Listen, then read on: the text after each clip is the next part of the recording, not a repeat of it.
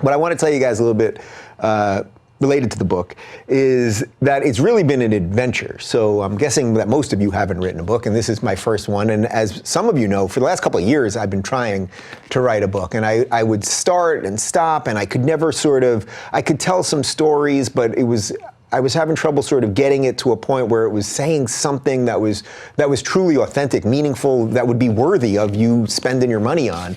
And then in the last year, between touring with Jordan and doing the show and some of the mob stuff going after me and front page of the New York Times and that ridiculous alt-right article and so many things, and just watching all of the things that I've been talking about on this show for years, they were sort of fringe ideas 3 years ago, right? When I was talking about like what was happening with the left and the false cries of racism and bigotry and all of those things as ways of winning arguments instead of actually winning arguments with facts. When I was talking about that years ago, it was just starting to bubble up, and I think that that's probably what put me on a lot of your radars. So if you guys are liberals, or let's say you were lefties, or maybe you're sort of begrudgingly lefties now, it's like I was starting to say something that now everyone sees as very obvious. Like what's happening with the progressives right now, they've really gone off the rails and they're just dragging the Democrats with them. Where are the good Democrats? Where are the classical liberals? Where are the old school blue dog Democrats? Where are the JFKs? I don't know. I talk about that in this book and I come up with some prescriptions at the end. And if you're a conservative, I think what brought you here probably was that you never saw someone that was kind of decent and had some liberal beliefs that treated you like a human and didn't think you were a racist, bigot, homophobe.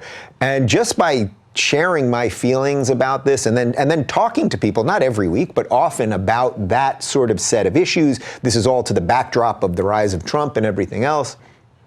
And then how this culture war has just burst forth into everything. Right now, it's in our political system, it's in our education system. All of these things around censorship, like everything that we've talked about here, just kept sort of happening. You know, Brett Weinstein at Evergreen State being booted off campus basically for fighting racism. Lindsay Shepard at Wilfrid Laurier basically being reprimanded because she showed a Jordan Peterson video in class. A guy like James Damore, who fought the diversity memo at Google, like all of these people kept walking through this room, and then there was sort of the rise of the intellectual dark web and the whole crew, whether it's Peterson and say Ben Shapiro and me, probably leaning a little more right at this point, or at least let's say a little more liberty-minded.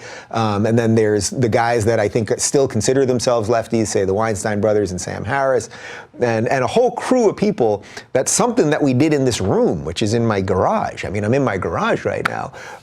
Started becoming really, really culturally relevant, and then the endless haters and all of that nonsense, and the hit pieces from Vox and from HuffPo and the rest of it, and trying to get Pete Buttigieg. I was trying to get Mayor Pete on the show. Some of you remember this about a month and a half ago, and tweeted at his comms guy, and the guy said, DM me. And then suddenly, HuffPo journalists and Vox journalists and a guy from Media Matters all jumped in, called me all sorts of bad names. And we had already gone back and forth with Buttigieg's team via email about getting him on the show, and then they backed out of that. And it's just like this war that's happening about who you can talk to and when you can talk to them. So that is what this book is about, learning to fight the mob, free thinking in an age of unreason. That's the subtitle, because we right now live in a time of unreason. Everyone is sort of hysterical all the time and all of those things.